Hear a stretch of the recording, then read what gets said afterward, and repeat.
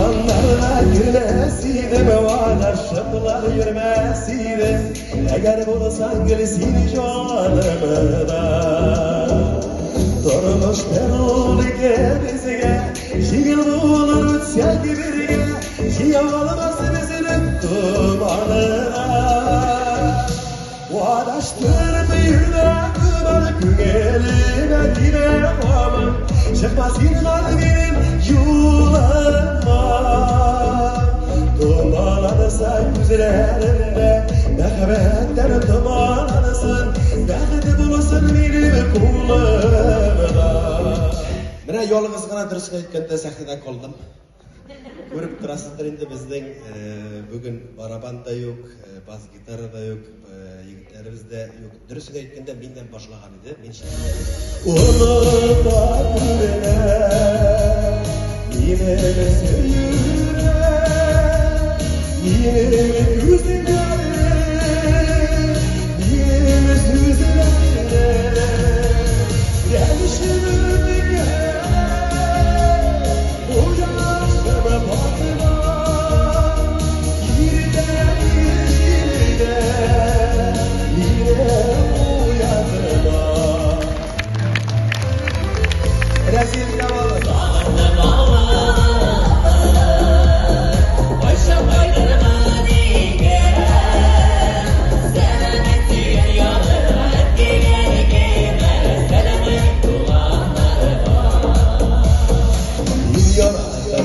şavlak güllerin, yaş kızlarının eşkiresiz şan güllerin, şav şeşerli şeyler yapmış onlarıma, belki de dilep kereme olsun onlarıma.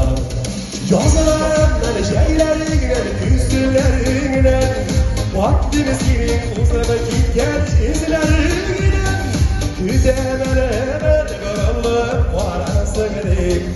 Süyüvenme dersen ne varmasın, bunlar uyanırsınlar gider.